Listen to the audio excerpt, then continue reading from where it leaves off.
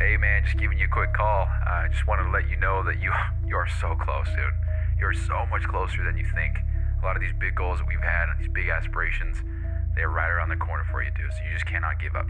So stoked for you to see this. P.S. We bought a Lambo. So keep going, bro. We'll talk soon. Peace. Hey, what's going on, guys? My name is Bryson. This is the Bryson Everyday Project podcast. This podcast is a little bit different than other ones out there. Here, I only focus on documentation. I don't focus on quality or being professional or being entertaining. If that sounds like something you're interested in, I'd love for you to stick around and give the show a listen. You can also follow me on Instagram at BRQUSE. Thank you so much. Here's the show. So I think I haven't even uploaded 645 yet, or 646 yet. I truthfully don't want to get my laptop out and go and log into shit and upload it and then have to worry about doing the same thing for this episode. So, because right now it's 11:19 p.m., July 27th, 2025, and I don't want to. And so I'm gonna record a little bit here and then I'm gonna go to sleep. So tomorrow I'm gonna have to upload 3 shows, one from yesterday, one for today, and then tomorrow, one for tomorrow. And so, yeah, would I rather do 2 tonight and 1 tomorrow? Or would I rather do all 3 tomorrow? And I guess that's an obvious 3 tomorrow, for sure. So, yeah, I don't want to. Anyway, we made it home, flew home today, and that was the trip. That concludes the trip. It was a lot of fun. It was a big wedding to go to. It was nice to see and meet so many members of Lexi's family, and I genuinely enjoy every single one of them, and it's just so great. I just think back to, exes in the past when I would meet their family. I'm just like, holy shit, you guys are weird, or kind of like their position on things, or their, I dated a girl one time and she was fine, but her parents were just in the news for attempted this and I'm just like, what the hell is going on? Weirdos. But with Lexi, it's like I really won the lottery, and it's so cool, So without getting all mushy gushy, I'll leave that there. I just love her to death, and her family's amazing. So that was a great weekend. So now that I'm back, it is time to lock the fuck in and make some stuff happen. And I think I'm just going to talk about that for a sec.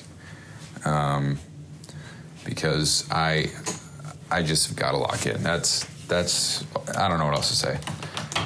That's all it boils down to.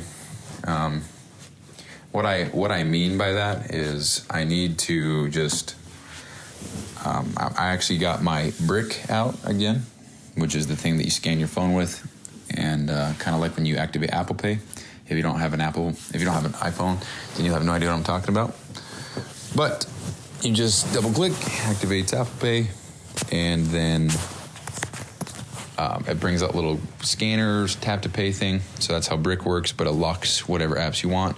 And the only way to unlock those apps is to scan it with your phone again. So if I put the Brick, I don't know, like as an extreme example, if I put the Brick in Walmart, then in order for me to unlock my phone and be able to use Instagram, for example, then I have to go to Walmart and scan my phone. Now, obviously, I'm going to keep it in my house. I'm not going to put it in Walmart. But I actually came across another product. Wow, that's not a word. Came across. Across isn't a word, bro. Across his chest. Across his chest?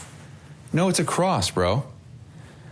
The correct word is across. Across is not a standard English word. While some people might use across or acrost in informal speech or regional dialects, they are considered incorrect in standard English. The word across functions. Wow, that's so funny. It's kind of like when people say should've, should of, should have. Should've is a word, apostrophe V-E. Should have, should of. Anyway, well, there's that. So, and just like that, dude, no idea what the fuck I was talking about. Let's rewind. All right, figured it out. So I came across another product. It's called Unbed. And it's the same exact concept as Brick. It might even be the same people. I don't know. I feel like it's patented technology. I don't know how that would work, but it's an alarm clock for your phone, and it functions the same way as Brick, meaning you put the unbed thing wherever, and in order to shut off your alarm, you have to scan your phone with it. So I think that'll be helpful. I think that'll be very cool. So what I'm going to do is I'm going to put that probably downstairs. So when my alarm goes off, I can't shut off my alarm on my phone until I go downstairs. And I mean, it could be anywhere. I just feel like if I have to go down some stairs, then go up some stairs, it might wake me up so much so that I won't want to go back to sleep. Or, you know, if I put it down the hall into my office, it'll be so easy to just go over there, scan it, and come back to bed. And obviously that defeats the whole point. But because the point is your alarm goes off until you get out of bed and go scan it. And I, you know, as much as I'd like to think that, you know, just have some more discipline and just get the fuck out of bed, if I can just decrease the amount of power, or decrease the amount of willpower that I must exert every day, and if I can just minimize that to as little as possible, I think the fresher I will be more consistently. So if I can just kind of take the willpower need away and just force myself rather than it being something that I, you know, it's kind of like, this is a very specific example, but I feel like willpower and discipline is that of a Tesla. Now, what I mean, before everyone starts saying, what the fuck, dude, you just get a Tesla, now you're making... What I mean is when you're driving the car, you have a little, I don't want to call it a speedometer. You have the energy usage, but it looks like a speedometer, like it's been a little on the dashboard. You have a little circle. It says the kilowatts used in the last 30 miles. It's cool, but it just shoots the fuck up when you launch the car. Like when you floor it, it just launches the fuck up. And it is extremely disproportionate to how much is used. So if I am on the freeway driving 80 miles an hour, but I'm steady, I use, you know, virtually nothing, and it's fine. But if I go from 0 to 80, good Lord, it just uses so much, and it just drains the battery. Now, I say that, I mean, it doesn't drain my battery, but it definitely, I can watch that bitch go from, you know, 80% to 75% in 10 miles, you know what I mean? Which at that rate, that would suggest that my tank is 160 miles. So, or I guess 200 miles. What did I just say? I don't know. It's too late for this shit. But anyway, I feel like mental bandwidth and willpower and self-discipline is like that, where if you're just really steady with it, it's fine. But when you really need to use some, you fucking drain it. And if I can just minimize the amount of times that I need it, I think that's better. So if I can wake up and my alarm clock is going off, like the beep is going off, and the only way for me to shut it off is to physically get up and go and tap something on my fridge or something, then I think that could be beneficial. And so didn't break the bank for it either. Usually these things are, I feel like they're marked up a little bit, but it was $30 and I feel like it's fine. I bought Brick for 60. So yeah, I need to lock the fuck in 100%.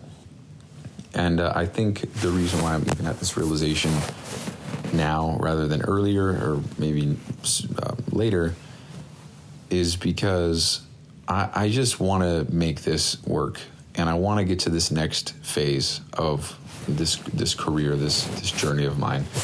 There's so much that I have realized that I just want to do, and I feel still to this day a big breath of fresh air is not surrounded by fitness and talking about calories and trying to make meal plans and workout programs, trying to convince people how to, you know, because I got thinking today, I'm like, well, holy shit, you know, I'm going to need some kind of landing page. And the landing page is going to have nothing to do with fitness or calories or losing weight or testimonials about how Bob Smith lost 40 pounds doing it. It's not going to have anything to do with any of that. It's going to be about shit that I think is fucking awesome. It's going to be about stuff that I like to do. It's going to be about stuff that it gets me out of bed in the morning for the most part. I mean, I just bought the Unbed thing, but I hope you understand what I'm saying.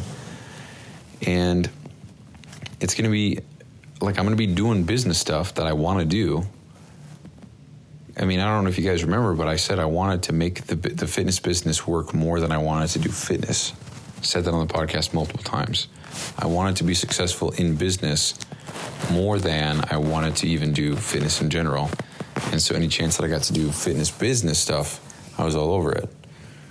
And that didn't really happen a ton because obviously you need business to do business. But, oh shit. All right. Lexi's laughing at that one. Anyway. I just want to get to the point where I can start selling what I'm selling and make posts about it and make videos about it. I also kind of related, kind of unrelated. I like to write. I realized I like to just put my thoughts down, but then try to organize it, make it seem nice, well thought out, well organized, well structured, and try to articulate myself in a way that I would hope to be able to speak like one day. And it's funny because I started the show, you can go back and listen to episode 1, with the goal and the intention to, stop saying and be more articulate with the way I speak, be more fluid. And I truthfully feel like I'm almost declining. I mean, when I first started, I was just going, and now all of a sudden it's just like, oh, hold on, I got to pause and rewind. What was I saying? And I would like to not do that, but my mind just goes 1,000 miles per hour. I feel like there's 27 disclaimers for everything that I say, and I need to head down and, hit each one on the head before I can move on to the next topic, just so you know that I know, all that bullshit. So, but anyway, just want to get to that next chapter. I want to sell the stuff. I want to make the posts. I want to write about. Oh, that's where I was going. I like to write, and I don't know how that plays into what I'm doing, but I like philosophy. I like the logical thinking. I like trying to, I don't know, there's something about trying to communicate with pure logic and removing all emotion, because it's I don't know. The only thing I can think of to share an example with this is during this weekend, Lexi and I were probably both stressed with kind of what was going on with the wedding and trying to see family and all that stuff. And there's a few things that she did that I didn't like. So I just said, hey, babe, you did these things. I didn't like it. Can we just not do that anymore? And truthfully speaking, I didn't want to bring anything up because I was like, they're not big deals. But then the other part of me was like, well, how are you ever going to expect her to even to know that you don't like when these things happen if you don't say anything? So I was like, all right, well, here we go. So I just said, hey, babe, you did this thing. I didn't like this thing. I don't want you to do this thing. And she was very receptive. There's no problem. But there's a few things that she said. And so I was like, okay, totally fair. However, if I did it this way, just like pure logic, I was like, she said, you did it this way. I want you to do it this way. And I said, okay, if I do it this way, and then this, and then this, and this, would you prefer that? And I felt like it was just pure factual communication. There wasn't like I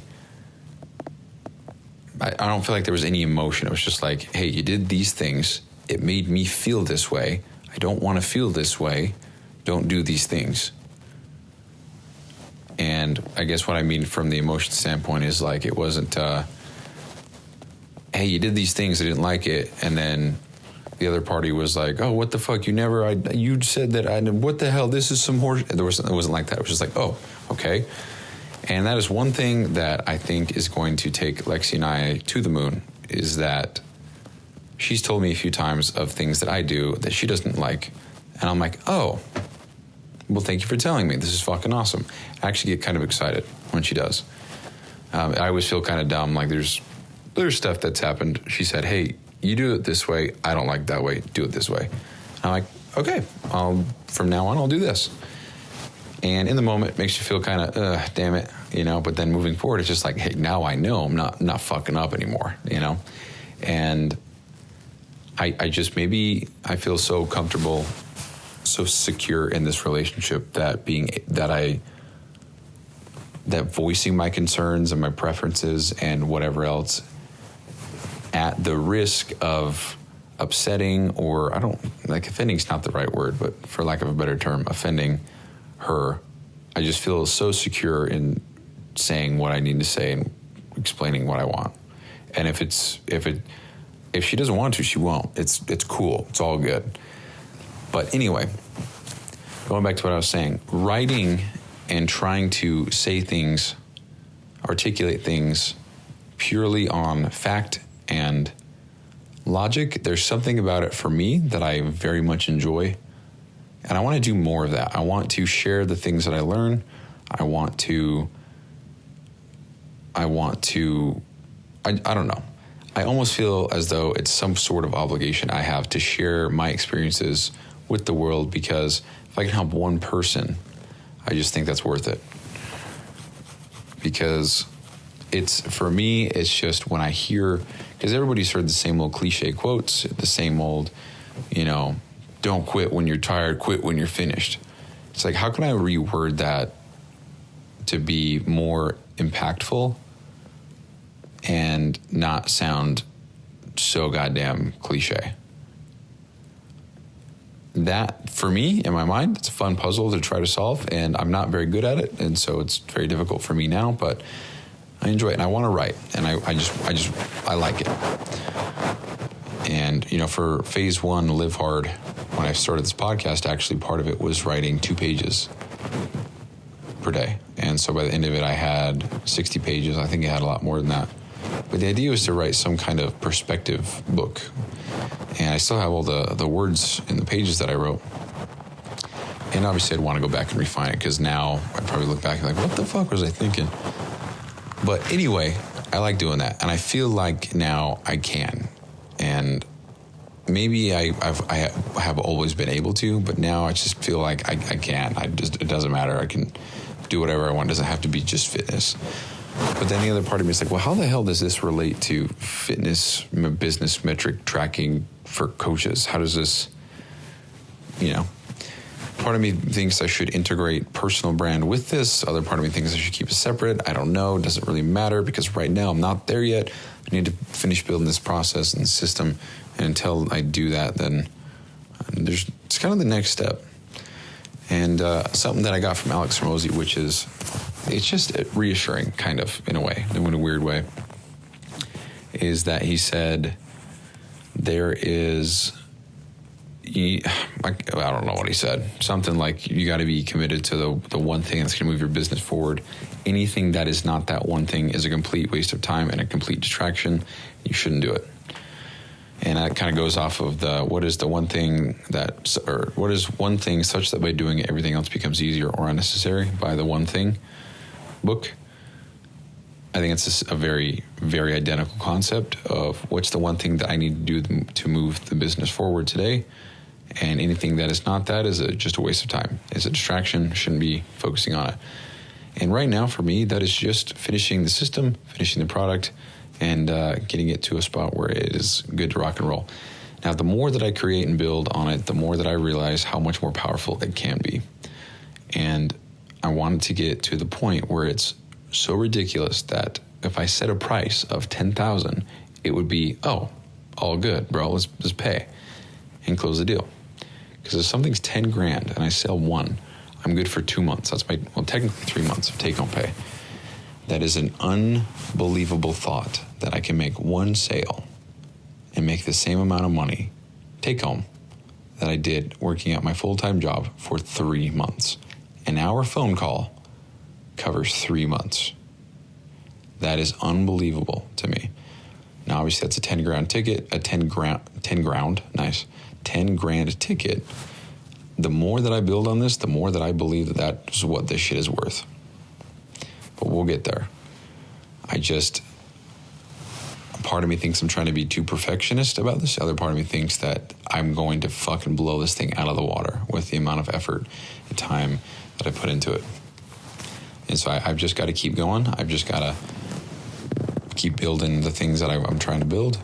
When something's done, then I'll say that it's done, and I'll implement it into the other coaches that I'm helping. But until it's done, I'm not going to say a word. I just have to keep quiet, because it's creating problems now where, with Mina, he's like, hey man, we told the team that this is happening soon. It's not done. They're getting frustrated. And, that's frustrating, because it's like, shouldn't have said anything then, dude. I didn't tell anybody it was done.